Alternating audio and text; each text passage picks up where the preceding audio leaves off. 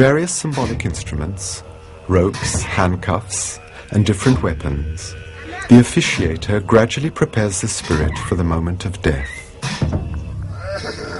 It is tempting to wonder whether the corrida, bullfighting, is not the vestige of a ritual that was once sacred, when one considers the movements with the cape, the lances, the banderillas, and culminating with the muleta.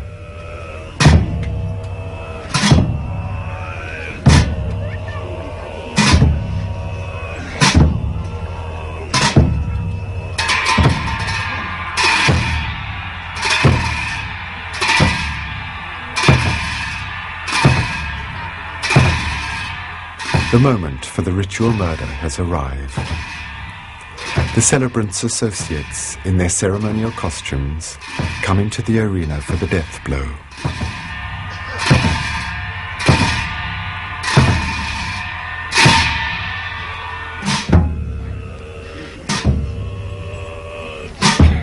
And Mahakala arrives suddenly in the form of a masked dancer accompanied by servants. Mahakala himself will give the coup de grâce to the evil entity, followed in this act by all his acolytes.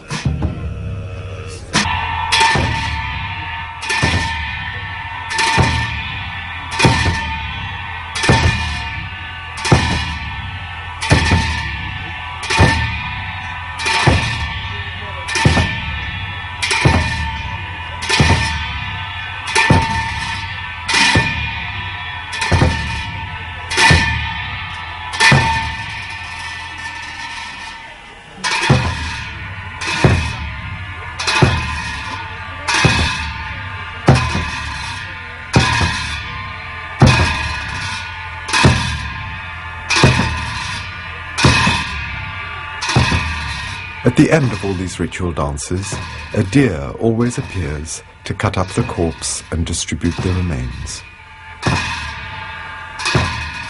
But no Tibetan would claim that these tantric rituals are the ultimate objective of the Lama's spirituality. In the hermitages in the Himalayan jungles, masters and disciples take up a harsher ascetic life of yoga, in what is considered to be a more advanced stage on the path. This elderly man, centered within a tranquil inner strength, is Bhutanese and has spent most of his life in Tibet itself. Those around him are wearing the Bhutanese national costume and have all come to honor a stupa under construction. But this man is not simply a serene old man. He is, above all, a yogi, a very great yogi, Lopon Sonam Zangpo. There are only 3 young people who, having successfully passed all the severe tests imposed on them, have been chosen to become disciples and allowed to receive their initiation from him. Initiation, in other words, the beginning, admission to the path. And also ordination, the essential transmission of a spiritual influence, of a force the disciple will bring into play by means of all the exercises and techniques of the yogic discipline, bringing to maturity the seed that has been sown inside him. It is certain that the guru, the master, is the one who guides, encourages, and teaches. But he is, above all, the one who gives birth to a new life, who brings into the world a world that is not of this world. It is out of time, blessed, limitless, made of stillness that is more active than any movement, made of silence that is more vibrant than any words. At the other end of the Himalayas, Abo Rinpoche is at present the most revered of all the Tibetan yogis who have succeeded in escaping their country to take refuge in India. He has forgotten his age, which is guessed to be about 90, and has arrived at the highest summit to which yoga can lead. He also is a truly qualified master who can lead a disciple all the way to the end of his journey, to the other bank of the ocean of sorrow. But he too, as all other true yogis, restricts his teachings to the initiated only. Tibetan yoga has taken on a form that is quite different from Hindu yoga, whose postures and elementary breathing exercises are popularized today in bookshop window displays everywhere. However, amateurs must be warned that the Tibetan's yoga is far from being put up for sale on the worldwide market of Orientalist fashion and spiritual gimmicks.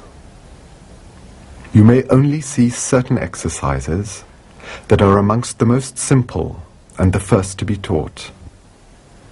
And yet, only a few years ago, in Tibet itself, nobody, not even a monk who is not a yogi, would have been allowed to have a glimpse of these movements and postures that were kept in absolute secrecy, and anyone trying to watch them in secret would have been severely punished. All physical yoga is based on a paradox: to transcend the mortal body, to go beyond the limitations of that body, by devoting to that very same body one's attention and efforts. For yoga is one aspect of Tantrism, and according to Tantrism, nothing, absolutely nothing, must be refused, denied, or repressed.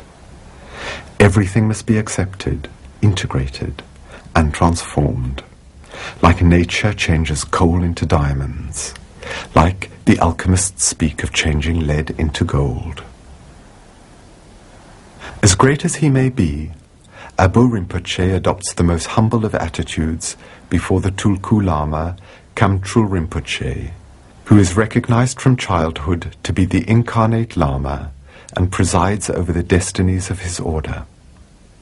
As secret as the science of yoga is kept, however heroic the yogi's asceticism, as extraordinary and even miraculous as the results may be, these yogis are sages who stay in perfect harmony with what ordinary everyday life entails for every man. These two yogis, one from Ladakh and one from Bhutan, whose vision is beyond the veil of appearances, know above all things that they are one. They are playing their part perfectly, spontaneously, freely.